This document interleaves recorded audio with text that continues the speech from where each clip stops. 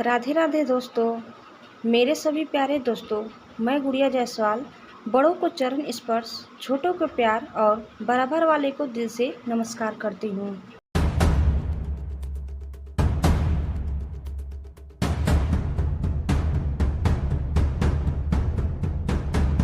इस लेख में निहित किसी भी जानकारी, सामग्री, गणना की सटीकता या विश्वसनीयता की गारंटी नहीं है। विभिन्न माध्यमों, ज्योतिषियों, पंचांग, प्रवचनों, मान्यताओं, धर्म ग्रंथों से संग्रहित कर ये जानकारी आप तक पहुंचाई गई है। हमारा उद्देश्य महज आप तक सूचना पहुंचाना है। इसके उपयोगकर्ता इसे महज सूचना समझकर ही ले। इसके अतिरिक्त इसके किसी भी उपयोग की जिम्मेदारी स्वयं उपयोगकर्ता की ही रहेगी। नमस्कार दोस्तों, स्वागत है आप सबका आपके चैनल जी जायसवाल अद्भुत ज्ञान गंगा में। दोस्तों, आज हम लेकर के आए हैं भारत की पवित्र अंतिम भूमि धनुषकोडी। आइए आज हम धनुषकोडी के बारे में जानते हैं। दोस्तों, आगे बढ़ने से पहले आप इस चैनल में नए हैं तो प्लीज़ इसे सब्सक्राइब कर लें। वीडियो को अंत तक देखिए। हमारा यह वीडियो आपको कैसा लगा कमेंट बॉक्स में ज़रूर बताइए। आइए हम आगे बढ़ते हैं और जानते हैं। दोस्तों, धनुषकोडी, जिसे भारत की अंतिम भूमि के रूप में जाना जाता है, तमिलनाडु में स्थित एक समुद्र तट शहर है। यह एक छोटा सा अलग शहर है जिसने वर्ष 1964 में भारत में अब तक के सबसे भयानक चक्रवात का अनुभव किया था। तब से यह समय शेष दुनिया से अलग हो गया है। भारत के अन्य राज्यों के विपरीत जो समय के साथ तेजी से बढ़ रहे हैं, यह शहर इतिहास में जमे हुए और इसकी सुंदरता और भव्यता को दर्शाता है। हालांकि यह शहर बह गया था, कोटधर्मा स्वामी मंदिर बरकरार है। यह परिव्यक्त शहर रामेश्वरम से 18 किमी की दूरी पर स्थित है और 110 सड़क मार्ग से इस शहर तक पहुंचते हैं। पौराणिक कथाओं के अनुसार यह वही स्थान माना जाता है जहां रावण के एक भाई विभीषण ने भगवान राम के सामने आत्मसमर्पण किया था। एडवेंचर प्रेमी इस जगह पर समुद्र में सर्फिंग का आनंद भी ले सकते हैं, क्योंकि यहाँ कई बेहतरीन समुद्र तट है। धनुषकोडी दुनिया के सबसे छोटे शहरों में से एक है, जो 50 गज के क्षेत्र में स्थित है। भारत का यह शहर श्रीलंका और भारत के साथ अपनी सीमा साझा करता है। श्रीलंका से इस जगह की वास्तविक दूरी सिर्फ 24 किमी है। इस शहर की ओर बढ़ने पर आपको एक तरफ बंगाल की खाड़ी और दूसरी तरफ हिंद महासागर मिलेगा, जो इस जगह को बहुत ही शानदार दृश्य देता है। दोस्तों, सबसे पवित्र हिंदू ग्रंथ रामायण की किंवदंतियों के अनुसार धनुषकोडी वही स्थान है जहां भगवान राम, भगवान लक्ष्मण और भगवान हनुमान ने अपनी वानर सेना के साथ लंका तक एक पुल का निर्माण किया था। इस पुल का निर्माण देवी सीता को बचाने के लिए किया गया था, जो भगवान राम की पत्नी थी और रावण की कैद में थी। इस पुल को राम सेतु के नाम से जाना जाता था। युद्ध समाप्त होने के बाद और भगवान राम जीत गए, उन्होंने विभीषण रावण के भाई को श्रीलंका के राजा के रूप में ताज पहनाया। बाद में विभीषण ने भगवान राम से इस पुल को नष्ट करने के लिए कहा और उनके अनुरोध को स्वीकार करके भगवान राम ने अपने धनुष का इस्तेमाल किया और इस पुल को तोड़ दिया, और इसलिए इस स्थान का नाम धनुषकोडी रखा गया, जिसका अर्थ है धनुष का अंत। नासा के विशेषज्ञों के अनुसार यह साबित हो गया है कि भारत से श्रीलंका तक जो पुल बनाया गया था वह अभी भी मौजूद है, लेकिन यह पूरी तरह से समुद्र में डूबा हुआ है, जो रामायण द हिंदू एपिक की कहानी को सच साबित करता है। इस स्थान पर विभिन्न भक्तों का आना जाना लगा रहता है और इस स्थान पर कोदड़म्मा कोविल मंदिर भी है, जो देवी सीता को बचाने के लिए भगवान राम की श्रीलंका की यात्रा की शुरुआत का प्रतीक है। 22 दिसंबर 1964 को धनुषकोडी का पवित्र शहर 270 किमी प्रति घंटा की हवा के वेग से एक चक्रवात की चपेट में आ गया। 110 यात्रियों और 5 रेलवे कर्मचारियों के साथ एक पैसेंजर ट्रेन भी इस चक्रवात से रात 11:55 पर नष्ट हो गई, जब यह पंबज ब्रिज से धनुषकोडी तक रेलवे लाइन पर चल रही थी, और इस ट्रेन में सवार सभी लोग मारे गए। इस कब्जे में रहने वाले 1800 से अधिक लोगों ने भी चक्रवात में अपनी जान गंवाई। धनुषकोडी का पूरा शहर कुछ ही समय में बह गया और कुछ ही खंडहर रह गए। इस चक्रवात में 20 फीट तक ऊंची ज्वारी लहरें आ रही थी। इसने पंबन शहर को भी नष्ट कर दिया और इस घटना के बाद मद्रास सरकार ने इस शहर के लोगों के निवास के लिए अयोग्य घोषित कर दिया और तब से इस शहर को भूतों का शहर घोषित कर दिया गया।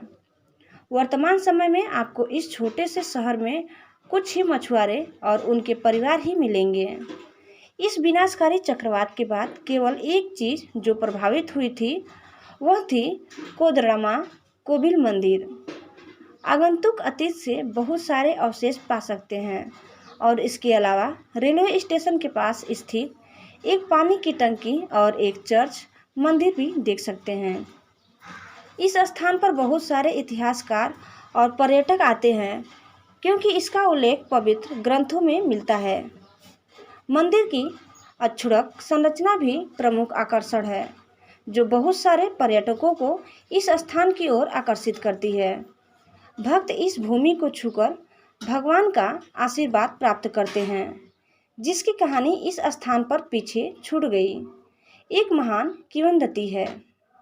दोस्तों, 22 दिसंबर 1964 की रात को एक चक्रवात ने धनुषकोडी को पूरी तरह से नष्ट कर दिया था और एक साथ लगभग 3000 लोगों की जान ले ली थी और तब से मद्रास सरकार ने इस जगह को निवास के लिए अनुपयुक्त घोषित कर दिया है। इस घोषणा के बाद इस जगह का नाम द घोस्ट टाउन पड़ गया। आज भी पर्यटकों को रात के समय समुद्र तटों के पास रहने की अनुमति नहीं है क्योंकि इस जगह पर कुछ असाधारण गतिविधियों का अनुभव होता है और इस तरह यह खुशहाल शहर भूतों के शहर में बदल गया सिर्फ एक रात में। दोस्तों, श्रीलंका भारत के सबसे दक्षिणी भाग के पास स्थित है और वास्तव में करीब लगता है, लेकिन फिर भी जल मार्ग के माध्यम से श्रीलंका तक पहुंचने के लिए कोई नौका सेवा नहीं है। श्रीलंका धनुषकोडी से 24 किमी की दूरी पर स्थित है जहां परियों द्वारा आसानी से पहुंचा जा सकता है, लेकिन हाल के दिनों में जहाज रानी मंत्रालय ने पांडिचेरी में स्थित कराईकल से श्रीलंका में स्थित जाफना के बीच फेरी सेवा शुरू करने का प्रस्ताव दिया। यह फेरी सेवा पर्यटन को बढ़ावा देने के लिए प्रस्तावित है और कुल 104 किलोमीटर की दूरी फेरी से आसानी से तय की जा सकती है। एक तरफा यात्रा के लिए दूरी को कवर करने का अनुमानित समय लगभग 3 घंटे है और एक राउंड ट्रिप के लिए लगभग 7000 तक खर्च हो सकता है। यह नौका सेवा श्रीलंका के पर्यटन पहलू को भी बढ़ावा देने में मदद करेगी और दोनों देशों के बीच द्विपक्षीय सहयोग को बढ़ावा देगी। इस बीच 1964 के चक्रवात में नष्ट हुई धनुषकोडी से श्रीलंका तक की नौका सेवा करने को फिर से शुरू करने के लिए रामेश्वरम में एक नई जगह की तलाश की जाती है। धनुषकोडी तमिलनाडु के शेष आकर्षणों में से एक है। यह भारत के सबसे दक्षिणी सिरे पर स्थित है और इसे भारत की अंतिम भूमि के रूप में जाना जाता है। आपको इस खूबसूरत शहर की यात्रा करने की आवश्यकता है क्योंकि इसमें समुद्र का लुभावना दृश्य है जो वॉलपेपर की तरह प्रसिद्ध प्रतीत होता है और इस जगह की सुंदरता को केवल इस जगह पर अनुभव किया जा सकता है। राम सेतु जो हिंदू पौराणिक कथाओं से संबंधित है वह भी उन शीर्षकारों में से एक है जिसके द्वारा भक्त और पर्यटक इस अलग अलग शहर की ओर आकर्षित होते हैं। पंजन ब्रिज जो भारत का दूसरा लंबा समुद्र पुल है, ट्रेन में बैठकर और समुद्र के ऊपर जाकर आकर्षक वास्तुकला, उत्कृष्टता और रोमांचकारी अनुभव प्रदान करता है। धनुषकोडी हिंद महासागर और बंगाल की खाड़ी का संगम बिंदु भी है और जिस बिंदु पर ये निकाय मिलते हैं वह वास्तव में लुभावनी है। धनुषकोडी में जादुई समुद्र तट भी है जहाँ ज़्यादा भीड़भाड़ नहीं होती है और अपने दोस्तों और परिवारों के साथ फुटबॉल, वॉलीबॉल या इस तरह के अन्य खेलों का आनंद लिया जा सकता है।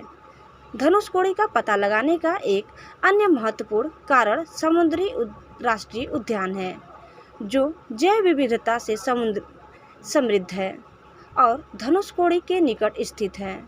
धनुषकोडी की एक ओर पर्यटकों की भारी भीड़ को आकर्षित करने का सबसे प्रमुख कारण एक प्रेतवाधित है जो 1964 के चक्रवात के दौरान विचलित हो गया था और इस शहर में रहने वाले लगभग 1800 लोगों की मौत हो गई थी।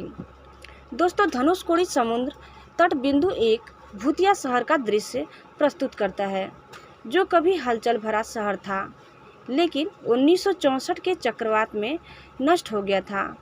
यहाँ आप चट्टानों की कुछ छोटी श्रृंखला देख रहे होंगे जिन्हें आदम के पुल या राम सेतु के रूप में भी जाना जाता है जो भारत को श्री से जोड़ता है।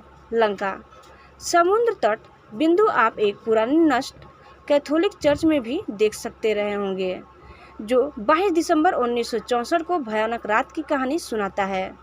समुद्र तट पर गोले से बने उत्पादों और स्मृति चिन्ह बेचने वाले विभिन्न स्टॉल हैं। यह समुद्र तट बिंदु बंगाल की खाड़ी और हिंद महासागर यन का संगम बिंदु भी है। दोस्तों, धनुषकोडी के आकर्षण धनुषकोडी के बीच धनुषकोडी समुद्र तट पर इस अलग शहर के प्रमुख आकर्षणों में से एक है। समुद्र तट पर सुनसान भूमि, सफेद रेत एकदम सही है जहां कोई समुद्र तट पर मौन सैर का आनंद ले सकता है। यह जगह आमतौर पर कम भीड़ वाली होती है और समुद्र तट गोवा के लिए एक आदर्श स्थान हो सकता है। आप समुद्र तट के पास विभिन्न खाने योग्य स्टॉल भी पा सकते हैं। दूसरा, मन्नार की खाड़ी समुद्री राष्ट्रीय उद्यान। दोस्तों, समुद्री राष्ट्रीय उद्यान 21 छोटे द्वीपों का एक संयोजन है जो कोरल रीफ के अनुकूल स्थित है जहां कोई भी उथले पानी के आवास को देख सकता है। यह समुद्री राष्ट्रीय उद्यान हिंद महासागर में मन्नार की खाड़ी स्थित है। यह समुद्री राष्ट्रीय उद्यान सबसे धनी क्षेत्रों में से एक है और इसमें 3 जलीय प्रणालियां भी हैं जैसे कि समुद्री घास, मैंग्रोव और प्रवाल भित्तियाँ। इसके अलावा इस पार्क में नमक, दलदल और विशिष्ट शैवाल समुदाय भी मिल सकते हैं। यह राष्ट्रीय उद्यान 6.23 वर्ग किलोमीटर के क्षेत्र में फैला हुआ है और वर्ष 1980 में स्थापित किया गया था। दोस्तों, तीसरा, राम सेतु या आदम का पुल। आदम का पुल, जिसे राम सेतु के नाम से भी जाना जाता है, भारत को श्रीलंका से जोड़ता है और प्रकृति की सबसे भव्य सेटिंग में से एक है जिसे यहाँ देखा जा सकता है। यह 50 किमी लंबा और 3 किमी चौड़ा पुल है जो धनुषकोडी को श्रीलंका मन्नार द्वीप से जोड़ता है। यह ब्रिज एक सदियों पुरानी संरचना है जिसे 1.7 मिलियन वर्ष पुराना माना जाता है। चौथा है दोस्तों, पंबन द्वीप। पंबन द्वीप धनुषकोडी से 20 किलोमीटर दूरी पर स्थित है। यह दृश्य गहरे नीले समुद्र और आवर्धन दृष्टि वाला सबसे सुंदर द्वीप माना जाता है। पंबन ब्रिज को पार करके कोई भी इस स्थान तक पहुंच सकता है। यह द्वीप हिंद महासागर और बंगाल की खाड़ी के संगम का गवाह है और इसे रामेश्वरम द्वीप के रूप में भी जाना जाता है जो भारत का एक प्रसिद्ध तीर्थ स्थल है क्योंकि रामेश्वरम मंदिर भारत के 4 पवित्र धामों में से एक है। दोस्तों, पांचवा, चर्च और स्टेशन के खंडहर। धनुषकोडी में चर्च और रेलवे स्टेशन भी देखे जा सकते हैं जो तट के करीब स्थित है। वर्तमान में आप चंद चर्च के खंडहरों को देख सकते हैं क्योंकि वे वर्ष 1964 में आए चक्रवात में नष्ट हो गए थे। चर्च और रेलवे के अवशेष भूत प्रेत के जीवित रहने की कहानी के साथ एक आकर्षक दृश्य प्रस्तुत करते हैं। छठा है राम पर पथम मंदिर। यह मंदिर धनुषकोडी से 20 किमी की दूरी पर स्थित है। राम पर मंदिर भगवान राम को समर्पित है और माना जाता है कि यहाँ एक पत्थर पर स्वयं भगवान के पद चिन्ह हैं। डामर किंवदंतियाँ यह माना जाता है कि यह वह स्थान है जहाँ भगवान हनुमान ने भगवान राम से कहा था कि उन्होंने श्रीलंका में देवी सीता की स्थापना की थी। दोस्तों, धनुषकोडी में करने के लिए चीज़ें। यदि आप एक इतिहास प्रेमी हैं तो आप इस जगह का पता लगा सकते हैं और एक ऐसे शहर को देख सकते हैं जो अतीत में रुका हुआ था और फिर कभी जीवन में नहीं आया। धनुषकोडी में शीर्ष में से भारत की अंतिम भूमि पर कब्जा करने के लिए ड्रोन कैमरे का उपयोग करके कुछ आश्चर्यजनक तस्वीरें ली जा सकती है। इस जगह के ड्रोन कैप्चर निश्चित रूप से आपके दिमाग को उड़ा देंगे। धनुषकोडी समुद्र तट बिंदु पर भी आराम कर सकते हैं, जहां आप राम सेतु या आदम के पुल के कुछ अवशेष देख सकते हैं, जो भगवान राम द्वारा अपनी पत्नी को वापस लाने के लिए लंका पहुंचाने के लिए बनाया गया था। आप धनुषकोडी में घरों, डाकघरों, रेलवे स्टेशनों और चर्च के खंडहरों का भी पता लगा सकते हैं, जो उस भयानक रात की कहानी बयां करेंगे। दोस्तों, अब हम जानेंगे कहाँ रहा जाए। आपको धनुषकोडी के निकट विभिन्न बजट और लग्जरी होटल मिलेंगे, जहां आप अपनी आरामदायक रात बिता सकते हैं। धनुषकोडी के कुछ प्रमुख होटलों में hotel Pearl Residency hotel, NNP Grand hotel Ashoka, Jeevan residence hotel, Raghavendra hotel, Arjun hotel, view और कई अन्य शामिल हैं। दोस्तों, अगर आप धनुषकोडी जाने की योजना बनाते हैं तो कैसे बना सकते हैं? धनुषकोडी भारत के दक्षिणी भाग में स्थित है और सबसे अधिक देखे जाने वाले पर्यटन स्थलों में से एक है। यदि आप हवाई मार्ग से अपने स्थान से इस राज्य की यात्रा करने की योजना बना रहे हैं, तो आप तमिलनाडु में स्थित तूतीकोरिन हवाई अड्डे के लिए उड़ान भर सकते हैं। यदि आप एक अंतर्राष्ट्रीय यात्री हैं और भारत की अंतिम भूमि की सुंदरता का पता लगाना चाहते हैं, तो आप सबसे पहले दिल्ली के इंदिरा गांधी नेशनल अंतर्राष्ट्रीय हवाई अड्डे पर पहुंच सकते हैं और वहां से आप तूतीकोरिन हवाई अड्डे के लिए उड़ान भर सकते हैं। दोस्तों, अगर आप रेल लाइन के जरिए इस जगह की यात्रा करना चाहते हैं, तो आप रामेश्वरम रेलवे स्टेशन पहुंच सकते हैं। धनुषकोडी को रोडवेज के माध्यम से भी खोजा जा सकता है, जहां कोई सीधे रामेश्वरम से धनुषकोडी के लिए कैब बुक कर सकता है, या फिर सरकार का विकल्प भी चुन सकता है, या फिर स्वामित्व वाली बसें। दोस्तों, अधिक सहायता के लिए आप लॉगिन भी कर सकते हैं। धनुषकोडी के लिए यात्रा युक्तियाँ। सर्दियों के महीनों में दौरान धनुषकोडी का पता लगाने की कोशिश करें, क्योंकि गर्मियों के महीने के दौरान भारत के दक्षिणी भाग में चिलचिलाती गर्मी का अनुभव होता है, जो दर्शनीय स्थलों की यात्रा के लिए उपयुक्त नहीं होता है। दोस्तों, आप रामेश्वरम से धनुषकोडी तक पहुंचने के लिए स्थानीय बस सेवा ले सकते हैं, क्योंकि केवल एक राजमार्ग है जो इसे रामेश्वरम से जोड़ता है। धनुषकोडी शहर के भीतर कोई बड़ा रेस्तरां या होटल स्थित नहीं है, इसीलिए आप आसपास के क्षेत्रों में और रामेश्वरम में भी अपना आवास ले सकते हैं। आप समुद्र तट के पास कुछ स्थानीय भोजन पेश करने वाले छोटे स्टॉल पा सकते हैं और शहर में कोई अन्य बड़ा रेस्तरां नहीं है। धनुषकोडी में दर्शनीय स्थलों की यात्रा के लिए बहुत कुछ नहीं है, लेकिन भारत की अंतिम भूमि की सुंदरता का आनंद ले सकते हैं और कुछ अच्छी तस्वीरें भी ले सकते हैं। यहाँ रहने वाले कुछ मछुआरे दिलों के अलावा आपको कोई भी निवासी नहीं मिलेगा। पर्यटक भीड़ की हलचल के बिना घंटों बैठकर समुद्र तटों और सफ़ेद रेत की शानदार सुंदरता का आनंद भी ले सकते हैं। दोस्तों, पहुँचने के लिए कैसे करें? दोस्तों, वायु द्वारा निकटतम हवाई अड्डा तूतीकोरिन हवाई अड्डा है, जो धनुषकोडी से 142 किलोमीटर की दूरी पर स्थित है और भारत के प्रमुख शहरों से अच्छी तरह से जुड़ा हुआ है। धनुषकोडी का अपना कोई हवाई अड्डा नहीं है। कुछ अन्य हवाई अड्डे मदुरै हवाई अड्डे हैं, जो धनुषकोडी से 198 किमी की दूरी पर स्थित है। दोस्तों, आगमन पर आप अपने विशेष गंतव्य तक पहुंचने के लिए स्थानीय बस या कैब ले सकते हैं। दोस्तों, रेल द्वारा निकटतम railway station Rameswaram railway station है, जो धनुषकोडी से 18 किलोमीटर की दूरी पर स्थित है। रेलवे स्टेशन से आप धनुषकोडी पहुंचने के लिए कोई भी स्थानीय परिवहन किराए पर ले सकते हैं। दोस्तों, यहां पर आप सड़क मार्ग से भी जा सकते हैं। रामेश्वरम और तमिलनाडु के अन्य प्रमुख क्षेत्रों से नियमित बस सेवा उपलब्ध है और इसलिए धनुषकोडी रोडवेज के माध्यम से आसानी से पहुंचा जा सकता है। अगर आपको धनुषकोडी के लिए कोई सीधी बात या बस नहीं मिल रही है, तो भी आप रामेश्वरम तक बस यात्रा कर सकते हैं और वहां से आप धनुषकोडी के लिए दूरी बस पकड़ सकते हैं। तो दोस्तों आपको हमारा आज का वीडियो कैसा लगा हमें कमेंट बॉक्स में ज़रूर बताइए। और आप इस चैनल में नए हैं तो प्लीज़ इसे सब्सक्राइब करना न भूलें। धन्यवाद।